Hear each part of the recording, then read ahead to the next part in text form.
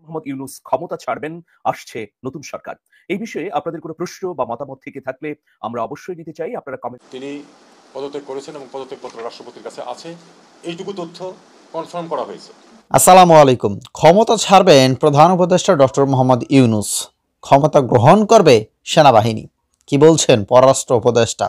কথা বেশি পারবো না, শুরুতেই আপনারা দেখছিলেন আমিরুল মোমিনিন তিনি এই বিষয় নিয়ে গুরুত্বপূর্ণ কিছু আলোচনা করেছেন এবং সেখানেই উঠে এসছে যে ডক্টর ইউনূস তিনি আসলে কখন কিভাবে পদত্যাগ করবেন বা আদৌ করবেন কিনা, বিস্তারিত জেনে আসি। ক্ষমতা দখল করবার জন্য তিনি এমন কিছু পলিসি বা পন্থা দিয়েছেন যেগুলো আবার মানুষের কল্যাণে করা রাজনীতির সঙ্গে যায় না।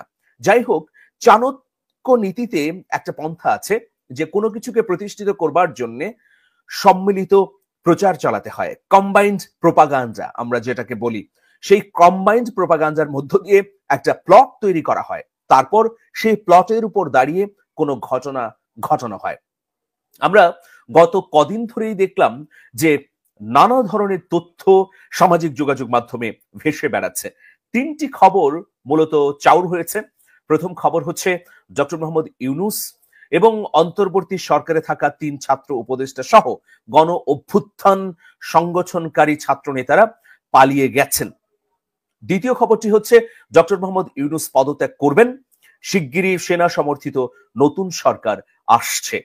এই যে তিনটি খবর বিভিন্ন ইউটিউব চ্যানেল, সামাজিক যোগাযোগ মাধ্যম থেকে প্রচার করে আসলে কি উদ্দেশ্য হাসিল করতে চাইছে সংশ্লিষ্টরা? এর একটাই উদ্দেশ্য, যে একটা দোলাচলতা বা বিভ্রান্তি তৈরি করা। প্রিয় দর্শক, এই ধরনের খবর যে একেবারে ডাহা মিথ্যা, একেবারে কম্বাইন্ড ক্যাম্পেইন বা কম্বাইন্ড প্রোপাগান্ডা, সেটা নিশ্চিত করেই আমি বলছি প্রিয় দর্শক। কিন্তু এর মধ্য দিয়ে কিছু মানুষকে বিভ্রান্তের মধ্যে ফেলা, কিছু মানুষের মনের মধ্যে একটা সন্দেহ তৈরি করা প্রিয় দর্শক।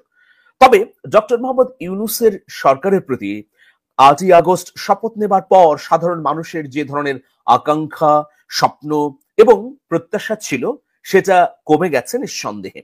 ডক্টর মোহাম্মদ ইউনূস এবং তার অন্তর্বর্তী সরকার এই 6 মাসে কতটা জনচাহিদা বা জন আকাঙ্ক্ষা পূরণ করতে পেরেছে? বিভিন্ন পক্ষের তথ্যসূত্র যদি আমি সামনে রাখি বা জরিপগুলোকে যদি দেখি, তাহলে দেখব যে 100 ভাগের মধ্যে 50 ভাগ হয়তো জন আকাঙ্ক্ষা পূরণ করতে পেরেছে এই অন্তর্বর্তী সরকার, আর 50 ভাগ ক্ষেত্রে তারা পূরণ করতে পারেনি।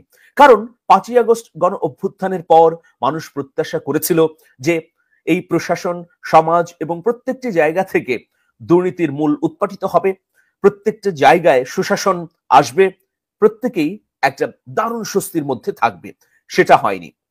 বিশেষ করে আইন শৃঙ্খলা পরিস্থিতির কাঙ্ক্ষিত উন্নতি হয়নি। কিন্তু তার মানে এই নয় যে এই সরকার তার উপর অর্পিত দায়িত্ব পালন না করেই বিদায় নিচ্ছে, চলে যাচ্ছে। এটা স্রেফ গুঞ্জন, গুজব, বা এটা একটা পরিকল্পিত অপপ্রচার প্রিয় দর্শক। এখন দেখুন, ডক্টর মোহাম্মদ ইউনূস ব্যক্তিগতভাবে সারা বিশ্বে যেভাবে গ্রহণযোগ্য, এই ধরনের গ্রহণযোগ্য নেতা যেমন বিগত সময়ে আসেনি, ভবিষ্যতেও আসবে কিনা আমরা সেটাও নিয়ে সন্দেহের মধ্যে আছি। কিন্তু বিষয় হচ্ছে যে তিনি রাষ্ট্র শাসক হিসেবে, সরকার প্রধান হিসেবে কতটা সফল হয়েছেন। তিনি হয়তো ব্যক্তিগতভাবে সারা বিশ্বে তার নানা কর্মপন্থা বা কর্মগুণে ইমেজ তৈরি করতে পেরেছেন, কিন্তু সরকার পরিচালনার ক্ষেত্রে তিনি সেই ইমেজকে পরিপূর্ণভাবে কাজে লাগাতে পারেননি বলে বিশ্লেষকরা বলছেন। বিশেষ করে এই সরকার কি বিপ্লবের পক্ষের সরকার বা গণ অভ্যুত্থানের চেতনার পক্ষের, নাকি আওয়ামী লীগের লিগেসিকেই ধারণ করছে? এটা নিয়ে কিন্তু বিতর্ক রয়েছে। অনেক বিশ্লেষক বলছেন যে এই সরকারটি মূলত আওয়ামী লীগের যে ছকে গড়া সরকার, সেই ছকে গড়া প্রশাসনের মধ্যেই দাঁড়িয়ে আছে। শুধুমাত্র কেবলমাত্র কিছু সংখ্যক জায়গা থেকে হয়তো আওয়ামী পন্থী প্রশাসনিক কর্মকর্তা বা ব্যুরোক্রেটদের সরিয়ে দিয়ে এই গণ অভ্যুত্থানের পক্ষের যে রাজনৈতিক দলগুলো আছে, সেই দলের পক্ষের মানুষদেরকে বসানো হয়েছে। এখন এই গুজবগুলো রটলো কি জন্যে? আপনারা জানেন, দুদিন আগেই বিএনপি মহাসচিব মির্জা ফখরুল ইসলাম আলমগীর বলেছেন যে যদি অন্তর্বর্তী সরকারের ভেতরে অবস্থান করে কেউ রাজনৈতিক দল গঠন করে, তাহলে এই অন্তর্বর্তী সরকার তার গ্রহণযোগ্যতা হারাবে। সুতরাং তখন নিরপেক্ষ সরকারের অধীনে নির্বাচনের প্রয়োজন হবে। কেন এই কথাটি বললেন? ছাত্ররা ইতিমধ্যে দল গঠনের ঘোষণা দিয়েছে। সর্বশেষ আপডেট হচ্ছে আগামী ফেব্রুয়ারি মাসের মাঝামাঝি সময়ের মধ্যে ছাত্রদের দল প্রকাশ্যে আসবে। ইতিমধ্যে আপনারা জানেন বৈষম্য বিরোধী ছাত্র আন্দোলন, যে আন্দোলনের নেতৃত্বে গণ অভ্যুত্থান সংগঠিত হয়েছে, এর বাইরে আরেকটি অভিভাবক প্ল্যাটফর্ম গঠিত হয়েছে, জাতীয় নাগরিক কমিটি। এইভাবে দুটো সংগঠন কাজ করছে নতুন একটি রাজনৈতিক দল গঠনের জন্য। এখন যেহেতু অন্তর্বর্তী সরকারের 3 ছাত্র প্রতিনিধি রয়েছে, সুতরাং বিএনপি আশঙ্কা করছে যে তারা যদি থেকে যান নির্বাচনের সময়ে, তাহলে ছাত্রদের পক্ষের রাজনৈতিক দলকে বিজয়ী করতে একটা প্রভাব বিস্তার করতে পারেন। এর জবাব কিন্তু 2 উপদেষ্টাই দিয়েছেন। নাহিদ ইসলাম বলেছেন এবং রেজওয়ানা হাসান বলেছেন। তারা বলেছেন যদি ছাত্রদের দলে নাহিদ ইসলাম, আসিফ মাহমুদ অথবা মাহফুজ আলম অংশগ্রহণ করতে চায়, মানে তারা সেই দলে যোগ দেয় অথবা নির্বাচনে অংশগ্রহণ করে অথবা সেই দলের গুরুত্বপূর্ণ দায়িত্ব পায়, তাহলে অবশ্যই ক্ষমতা ছেড়ে দিবেন। সশব দপ্তর ছেড়ে দিয়ে তারা সাধারণ মানুষের কাতারে এসে রাজনীতি করবেন। কিন্তু ছাত্রদের সংগঠনের সঙ্গে তারা যদি যুক্ত না থাকেন, তাহলে তো এই অন্তর্বর্তী সরকারে থাকতে বা নির্বাচনের সময়কালে দায়িত্ব পালন করতে কোনো ধরনের অসুবিধা নেই। তবুও বিএনপির এই দাবির পরিপ্রেক্ষিতে আবার পাল্টা একটা প্রশ্ন ছুড়ে দিয়েছেন নাহিদ ইসলাম।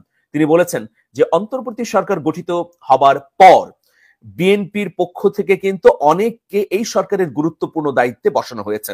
বিশেষ করে বলা হয়েছে যে অ্যাটর্নি জেনারেল, প্রধান নির্বাচন কমিশনার, দুর্নীতি দমন কমিশনের কমিশনার বৃন্দ সহ আরো বেশ কিছু জায়গায় বিএনপি তাদের লোকদেরকে বসিয়েছে এই সরকারের কাছে তদবির করে। এটাও কিন্তু একটা ভয়াবহ অভিযোগ। মানে বিএনপির যে অভিযোগ এটাও খুবই চাঞ্চল্যকর, আবার নাহিদ ইসলাম যে অভিযোগ করলো এটাও খুবই গুরুত্বপূর্ণ। সুতরাং প্রশ্ন উঠেছে যে এই সরকারটি কি নিরপেক্ষ শেষ পর্যন্ত আচরণের মধ্যে থাকবে কি না। এখন এই পরিপ্রেক্ষিতে এই ধরনের গুজব ছড়াতে পারে বলেই মনে করা হচ্ছে। প্রিয় দর্শক, নির্বাচন নিয়ে সর্বশেষ তথ্য আমাদের কাছে কি আছে? নির্বাচন নিয়ে নানা পক্ষ যখন আলাপ আলোচনা করছে বা জোট তৈরির একটা প্রচেষ্টা চলছে, তখন সর্বশেষ একটা খবর বলে দিচ্ছি। আগামী মার্চে নির্বাচনের রোডম্যাপ ঘোষণা করা হবে, মানে নির্বাচনটি কবে হতে যাচ্ছে এটা মোটামুটি নিশ্চিত। আমি 3টি তথ্যসূত্র ইউজ করছি। এই 3টি তথ্যসূত্রে আমাকে জানিয়েছে যে মার্চ মাসের মধ্যেই, মার্চ মাসটি রমজান মাস থাকবে, এই মাসেই নির্বাচনের রোডম্যাপ ঘোষণা করা হবে। আর নভেম্বরে নির্বাচনের তফসিল ঘোষণা করা হবে। আপনারা জানেন ডিসেম্বরে সরকার সিদ্ধান্ত নিয়েছিল, পরে 1 মাস এগিয়ে আনা হয়েছে বলে বিভিন্ন সূত্র নিশ্চিত করছে।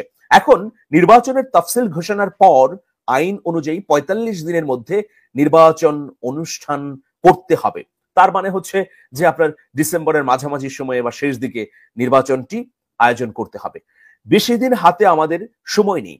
আমরা এর আগে বিভিন্ন সময়ে দেখেছি যে রাজনৈতিক দলগুলো মাঠ গোছানোর জন্য 6 মাস আগে থেকেই কিন্তু প্রক্রিয়া শুরু করে। এবার সেটা আমরা দেখছি না। কেন দেখছি না জানেন? এই গণ অভ্যুত্থানের পর 2-1টি দল এমন অবস্থায় উপনীত হয়েছে যে তাদের কর্মী সমর্থকদের নিয়ন্ত্রণে রাখতে পারছে না। এখন রাজনৈতিক দলগুলো এই মুহূর্তে যদি তাদের প্রার্থীর নাম ঘোষণা করে দেয়, তাহলে সেইখানে নেতৃত্বের সংকট, অন্তর্কোন্দল এবং ভয়াবহ দ্বন্দ্ব সংঘাত শুরু হবে। ফলে তারা বক্তৃতা বিবৃতির মধ্য দিয়ে সরকারের বিরুদ্ধে একটা প্রতিপক্ষ হিসেবে নিজেকে উপস্থাপন করছে আর কর্মী সমর্থকদের ধরে রাখার চেষ্টা করছে। নইলে এখন জানুয়ারি মাস, মানে জানুয়ারি চলেই যাচ্ছে, তার মানে আর 7-8 মাস পাবে রাজনৈতিক দলগুলো। এই সময়ের মধ্যে তাদের মাঝ গোছানো, জোট করা বা অন্যান্য সমীকরণ মেলানো কিন্তু অত্যন্ত গুরুত্বপূর্ণ একটা ব্যাপার।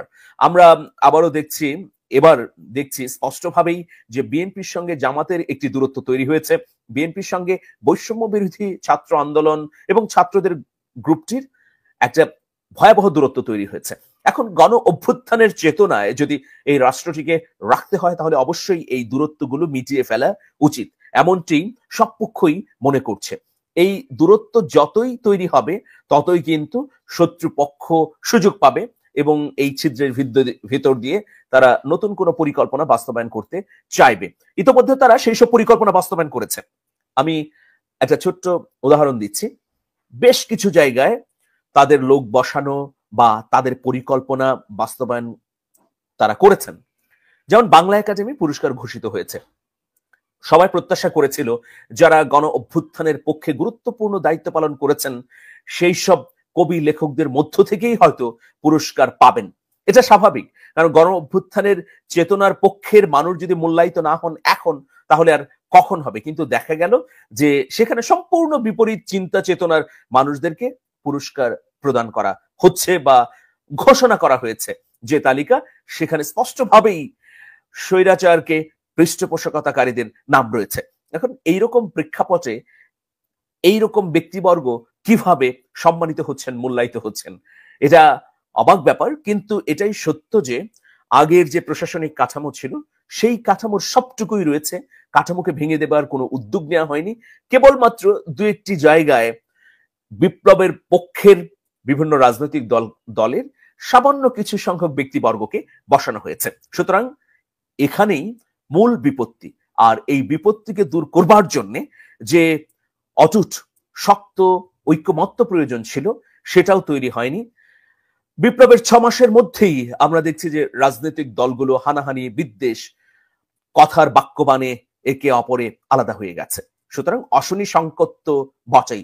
এখন ডিসেম্বর নাগাদ একটি সুষ্ঠু, নিরপেক্ষ, অবাধ এবং গ্রহণযোগ্যমূলক নির্বাচন যদি ডক্টর মোহাম্মদ ইউনূসের নেতৃত্বাধীন সরকার দিতে পারে, তাহলে সেটাই হচ্ছে বড় সফলতা। আর এই সময়ের মধ্যে যদি বিচার এবং সংস্কার কাজ মোটা দাগে গুরুত্বপূর্ণ জায়গায় সম্পন্ন হয়, তাহলে সেটাও মানুষের জন্য একটা বড় আশার জায়গা তৈরি করবে। দর্শক, পুরো ভিডিওটা আপনারা দেখেছেন এবং এই ভিডিও সম্পর্কে মতামত দিবেন। দেখেন, বেশ কয়েকদিন ধরে গুঞ্জন চলছে যে ডক্টর ইউনূস তিনি পদত্যাগ করেছেন বা সেনাবাহিনী ক্ষমতা গ্রহণ করতে যাচ্ছে, সমন্বয়করা পালিয়ে গেছে, এরকম কিন্তু বিস্তারিত অনেক নিউজ আসতেছে। তবে হ্যাঁ, এগুলো কিন্তু আসলে কোনো সত্যতা এখন পর্যন্ত মেলে নাই। তবে গুঞ্জন কিছু একটা উঠলে সেটা দেখবেন কখনো না কখনো সেটা ফলে যায়, যেটা হয়েছে শেখ হাসিনার ক্ষেত্রে। পদত্যাগ করবেন, পদত্যাগ করছেন, আগামীতে করবেন, করেছেন, এরকম কিন্তু গুঞ্জন ছিল। শেষ পর্যন্ত কিন্তু কখন হঠাৎ করে পদত্যাগ করে ফেললো 5 আগস্ট, মানে কিভাবে আচমকা তিনি সিদ্ধান্ত নিলেন এবং নিয়ে দেশ ছেড়ে পালিয়েও গেলেন, সেটা কিন্তু আমরা বুঝতেও পারিনি। তো এরকম কিন্তু হলেও হতে পারে। অনেকেই বলছে যে ডক্টর ইউনূস পদত্যাগ করতে অবশ্যই বাধ্য হবেন, এখন না করলেও পরে করবেন, যে কোনো সময় করবেন। তো যাই হোক, এই ভিডিও সম্পর্কে মতামত কমেন্টে লিখবেন, ভিডিওটি শেয়ার করে দিবেন। ধন্যবাদ সকলকে। এবং হ্যাঁ, আগামীতে শেখ হাসিনার প্রয়োজন আছে কিনা সেটাও জানাবেন।